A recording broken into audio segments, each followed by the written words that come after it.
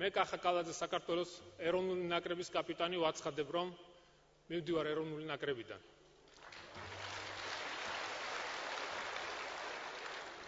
ეს ჩემთვის უმძიმესი გადაწყვეტილებაა. 15 წლის განმავლობაში საქართველოს ეროვნულ ნაკრებში 83 მატჩი ჩაატარა. 50 შეხვედრაში კი გუნდი მოედანზე კაპიტნის სამკლაურით გაიყვანა. საფეხბურთო კარიერა 517 მატჩით დაასრულა და მის ანგარიშზე 24 გოლი ირიცხება. კახა კალაძე პირველი ქართველი გახდა, რომელმაც ჩემპიონთა ლიგის მოგება ორჯერ შეძლო. ახლა სხვა მოედანზეა. ამ მოედანზე გოლებიც სხვაგვარად გააქვთ. ფეხბურთიდან პოლიტიკამდე ერთი ნაბიჯი აღმოჩნდა. გადაწყვეტილების მიღება გაუჭირდა, მაგრამ ბევრმა გაუცემელმა კითხვამ ეს ნაბიჯიც გადაადგმევინა. სამტრედიის მაჟორიტარობის კანდიდატი პოლიტიკაში გულშემატკივრებს შემოდგომაზე დაგეგმილ საპარლამენტო არჩევნებზე დაითვლის. ბოლო წლების განმავლობაში ძალიან ბევრი კითხვები ისმებოდა, რომელიც პასუხგაუცემელი რჩებოდა, ასევე იყო ჩემს მიმართ რაღაც აგრესია, ასე ვთქვათ, ნაციონალური ჯიბრის ჟურნალისტებიდან თუ ტელევიზიებიდან. ძალიან ბევრი საუბარი იყო იმასთან დაკავშირებით, თითქოს მე დავბერდი, ნაკრები უნდა დამეტოვებინა და როდესაც ეს კითხვები ისმებოდა, მე ბოლოს უკვე ისე გაკეთდა, რომ კალაძეს მიაყოლეს იკიაშვილი, მიაყოლეს კობიაშვილი, ხიზანიშვილი, თითქოს ესენიც დაბერდნენ და ადგილი უნდა დაუთმოთ ახალგაზრდებს.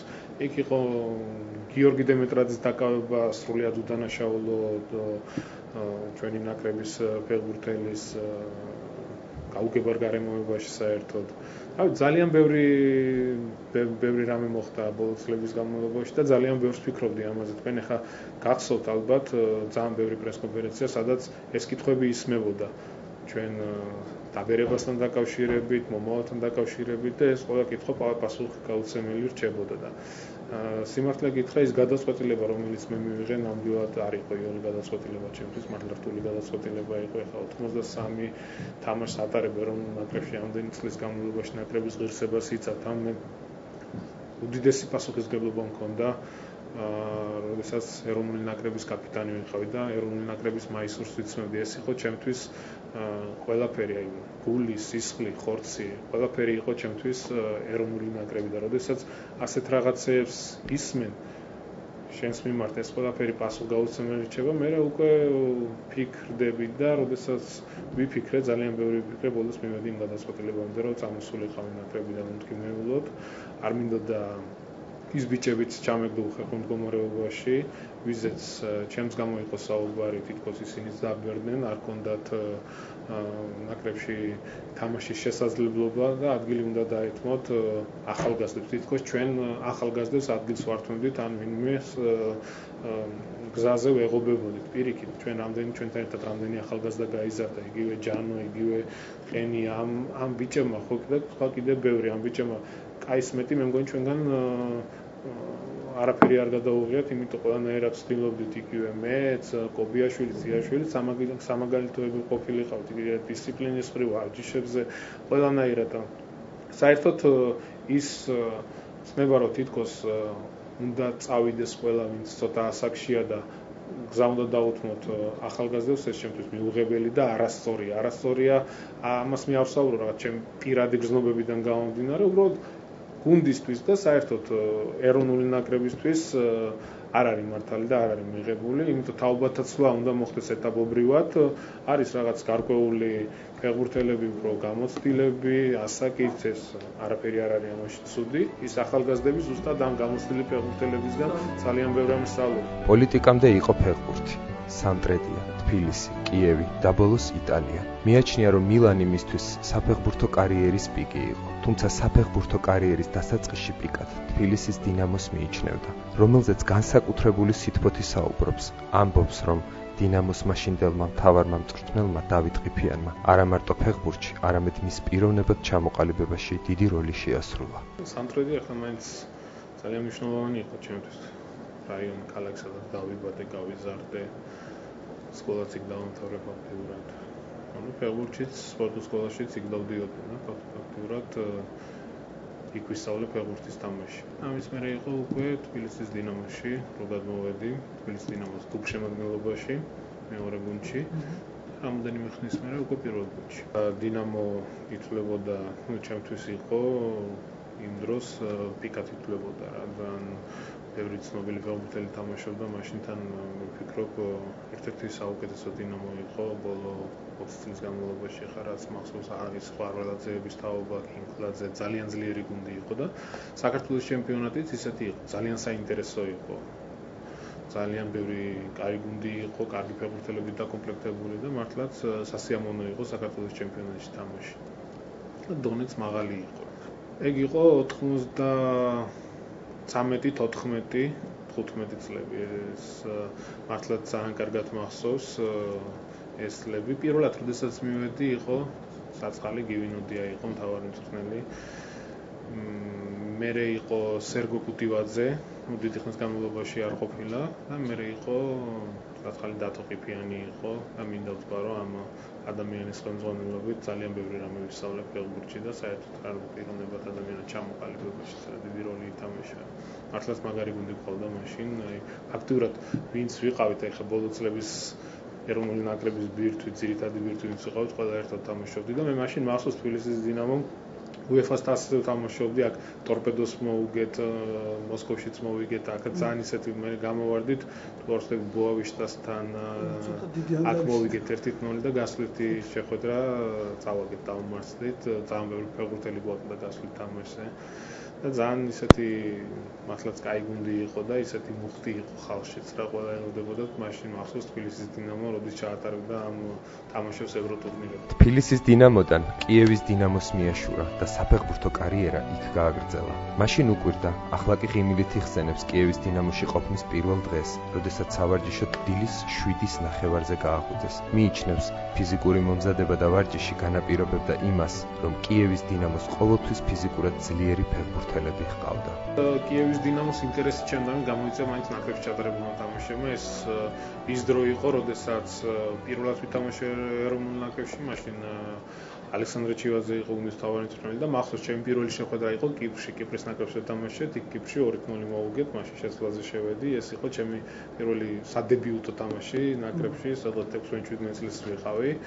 მერე იყო უკვე იტალიასთან შეცვლაზე როდესაც ცხადაძე დაიმტვრა, ეგ მაშინაც კარგად ჩავატარე ის შეხვედრა მაღალ დონეზე, მახსოვს პერსონალურად ვიერის, კრისტიანო ვიერისთან თამაშობდი და მერე იყო მაგ თამაშის მერე იყო უკვე მოლდოვას ნაკრებთან ჩატარებული შეხვედრა ნაკრებში. ამ თამაშების ამ ნახვის შემდეგ დაინტერესდა კიევის დინამოს ხელმძღვანელები ჩემს მიმართ. მოხდა ჩემი კიევში გაფრენა, მე მამასთან ერთად გავფრინდი. და ფაქტიურად იქ მოხდა ყველაფერზე მოლაპარაკება, საუბარი. მე მახსოვს მაშინ მინი ტურნირი იყო, კიევის დინამო იღებდა მონაწილეობას ამ მინი ტურნირში, ის ტურნირიც ვითამაშე და ძალიან კარგად და კარგი შთაბეჭდილება დატოვა თავარ მწვრთნელზე ჩემმა იქ თამაშებმა, კი ლობანოვსკი იყო, პირადად ლობანოვსკისაც შევხვდი და ვესაუბრე და მართლა ისეთი პიროვნება იყო, ძალიან დიდი კაცი იყო, არა მარტო დიდი მწვრთნელი, დიდი კაცი იყო. როდესაც მოსამზადებელ პერიოდზე წავედით, სამჯერადი ვარჯიშები იყო დღეში, დილით 7 საათზე ვდგებოდით. პირველი დღე როდესაც იყო ამ შეკრების, რო გაგვაღვიძეს, რაღაც 7:30 იყო, მეთქი რაღაცა მოხდა მეთქი რა. ეხლა 7:30-ზე ნამდვილად მესმის ვარჯიშო 10-ზე, 11-ზე და ვერ წარმომედგინა და რო თქვეს რომ ვარჯიშია, გაუდნებული დარჩი. იყო 45 წუთიანი კროსი, სირბილი. მერე მოვდიოდით, საუზმე იყო ცოტას დაისვენებდი 1 საათი და იყო ვარჯიში.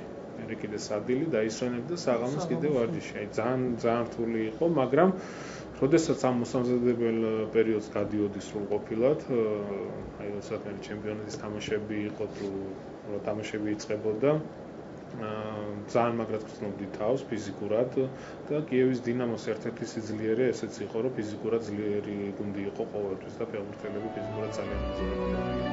ქართველი ფეხბურთელით მილანი სწორედ კიევის დინამოში მოღვაწეობისას დაინტერესდა. პარალელურად მოლაპარაკებები მიმდინარეობდა მიუნხენის ბაიერთან, თუმცა საბოლოოდ არჩევანი მილანზე გააკეთა. ახსოვს მანჩესტერში მოგებული მატჩი და როგორც თავად ამბობს, სიტყვებით უჭირს ამ სიხარულის გადმოცემა. მილანი მაშინ აკვირდებოდა, შევჩენკოს აკვირდებოდა, ფაქტურად ყველა თამაშს უყურებდნენ ჩემპიონთა ლიგის და ამ ერთ-ერთ თამაშებზე, როდესაც შევჩენკოს აკვირდებოდნენ, მეც დამინახეს, იმიტომ ძალიან ბევრი კაი თამაში ვითამაშე მაშინ კიევის დინამოს შემადგენლობაში ამ ჩემპიონთა ლიგის თამაშებში.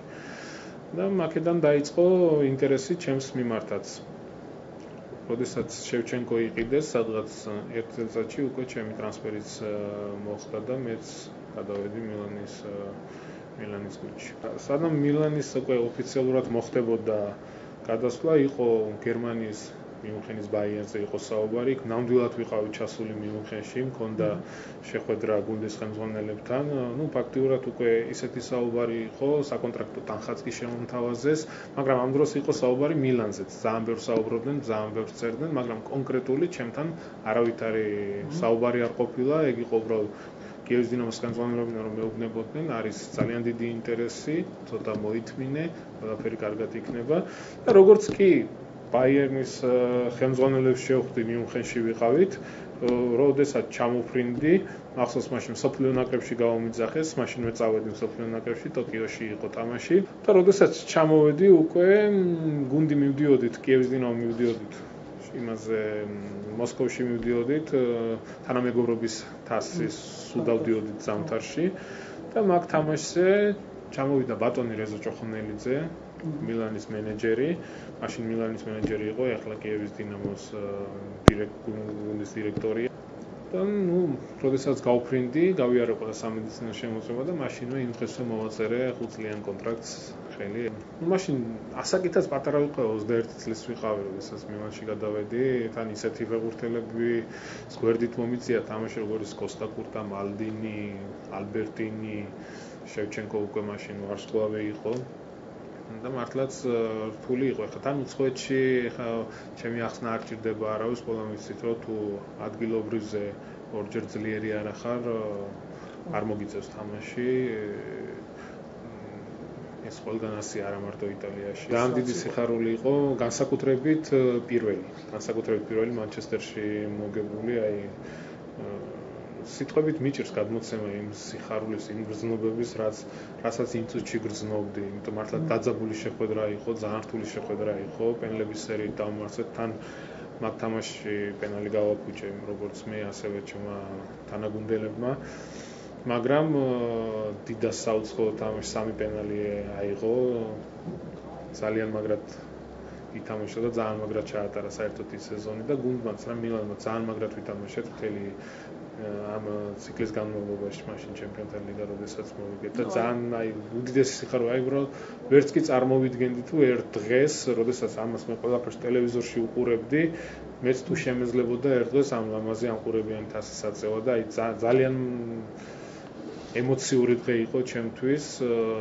მე მახსოვს თამაშის მერე მთელი ღამე არ გვეძინა გუნდს, უბრალოდ ბევრი ახალგაზრდები ვიყავით და უბრალოდ ვერც კი წარმოგვიდგინა თუ აი ჩვენ ამ ახალგაზრდა ბიჭებმა ეს დიდი თასი მოვიგეთ.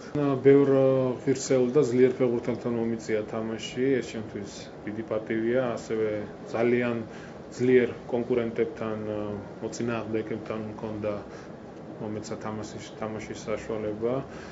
პარტნიორებს რაც შეეხება, მაინც ალბათ მილანის დაცვის ბურჯებზე ვიტყვი, მალდინი, კოსტა კურტა, იგივე ნესტა, ამ ადამიანებთან ძალიან ბევრი რამე ვისწავლე.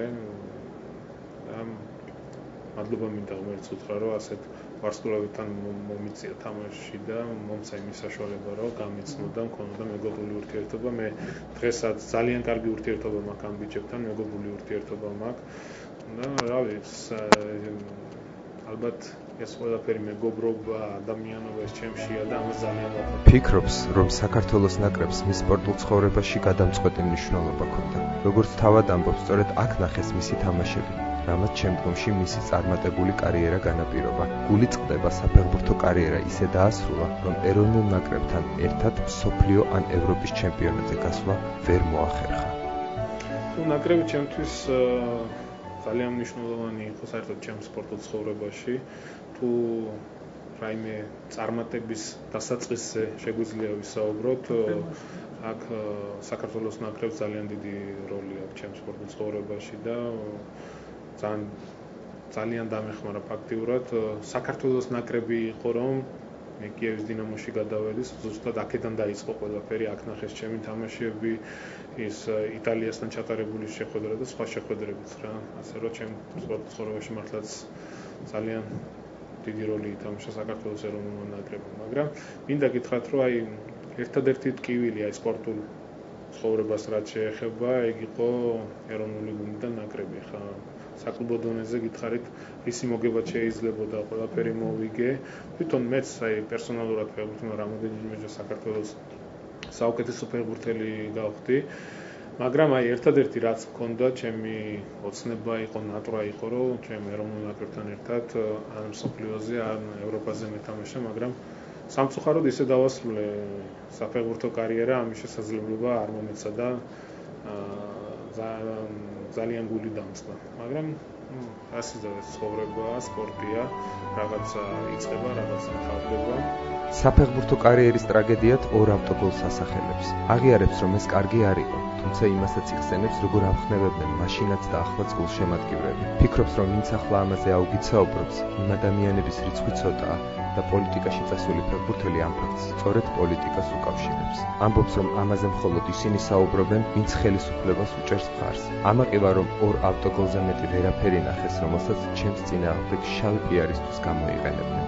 ამბობს კალაძე და ქართულ გულშემატკივარს ბოდიშს კიდევ ერთხელ უხდის. ჩემი საფეხბურთო კარიერის ტრაგედია იყო, ასე რომ ვთქვათ. ის ორი ავტოგოლი მხედველობაში, რომელიც იტალიასთან მოხდა, აი უბრალოდ გახსენებაც კი არ მინდა ამ ყველაფრის. მე ამასთან დაკავშირებით რამდენჯერმე ბოდიში მოუხადა საერთოდ საქართველოს გულშემატკივარს.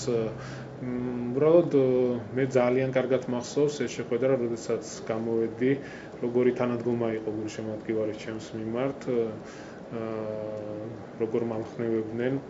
და საერთოდ ეხლაც რა, როდესაც მიდის მაგ თემაზე საუბარი, ძირითადად მიდის იმ ადამიანებისაგან, რომლებიც კი, ცოტა ამ ადამიანების რიცხვი, მაგრამ ძირითადად ეს არის ხელისუფლება და ხელისუფლების რაღაც მცირე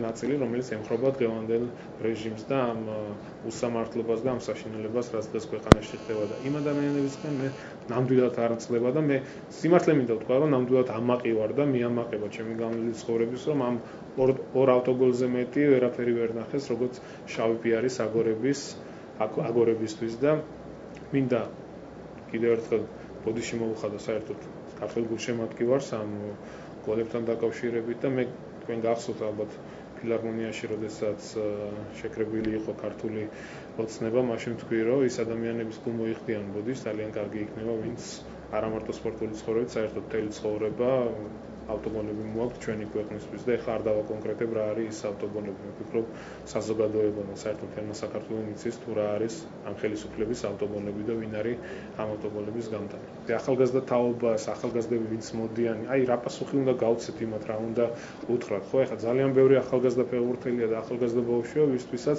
კალაძე, აროელაძე, კობიაშვილი, იაშვილი არის კერპი, ხო?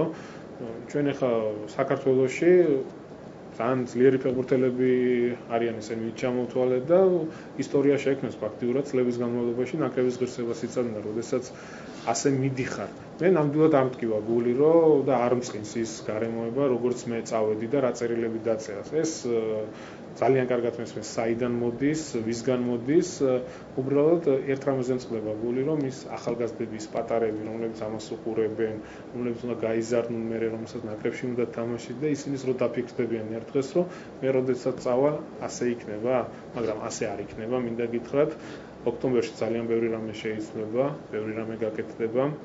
სპორტიც განვითარდება, ფეხბურთიც განვითარდება, ამდენი წლის განმავლობაში რის დანგრევაც შეიძლება და ყველაფერი დავანგრიეთ. ძალიან ბევრი რამეა გასაკეთებელი, ინფრასტრუქტურები ფაქტურად განადგურებულია. მისახედია ბავშვთა ფეხბურთს იმისთვის, რომ ჩვენ გვინდა სახურავიდან დავიწყოთ საქმის კეთება, რაც წარმოუდგენელია და არსად არ ხდება მსოფლიოში ასეთი რაღაცა.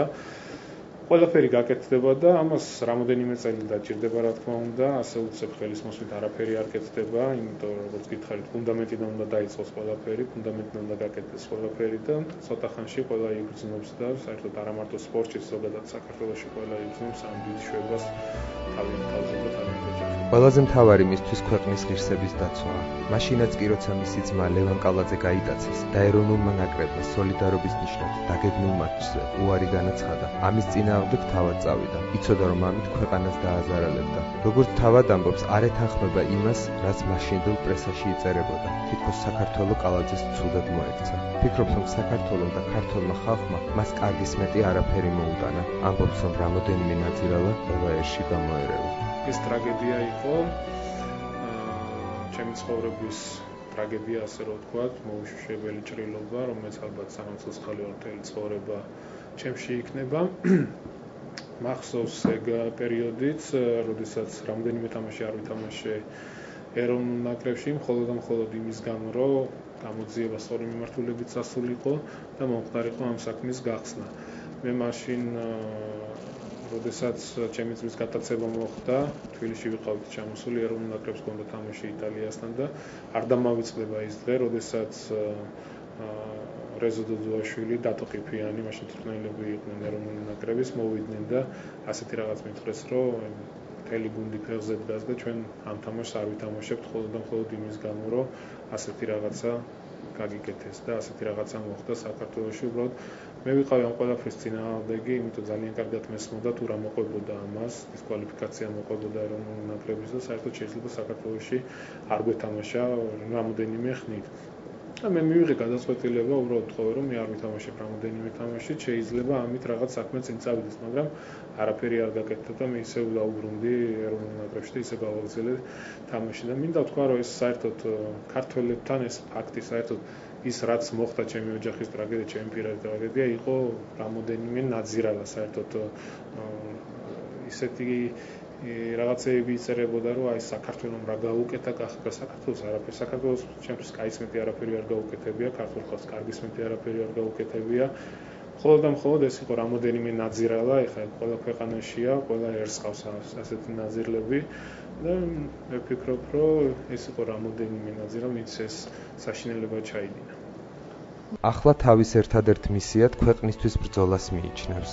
ძალიან უნდა რომ მისმა შვილებმა ლევანიკომ და კახაბერმა ყველას შვილებთან ერთად ძლიერ და სამართლიან საქართველოში იცხოვრონ. როგორც თავად ამბობს, პოლიტიკურ ბრძოლაში მონაწილეობის მიღების სურვილი პასუხგაუცემელ კითხვებთან ერთად სწორედ მისი შვილები მომავალი თაობა გახდა.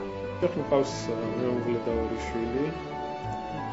მინდა გითხრათ რომ ჩემი მეუღლე ამ გარშეზე ორი შვილი მყავს, ლევანიკო კახაბერი ძალიან ბედნიერი ვარ, მყავს ასეთი ოჯახი და საერთოდ რამაც ამ ბრძოლაში მიღების გადაწყვეტილება მიმარებინა, რასაც ჩვენი ხალხისთვის ბრძოლა, ჩვენი ქვეყნისთვის ბრძოლაა, ეს არის ჩემი შვილები.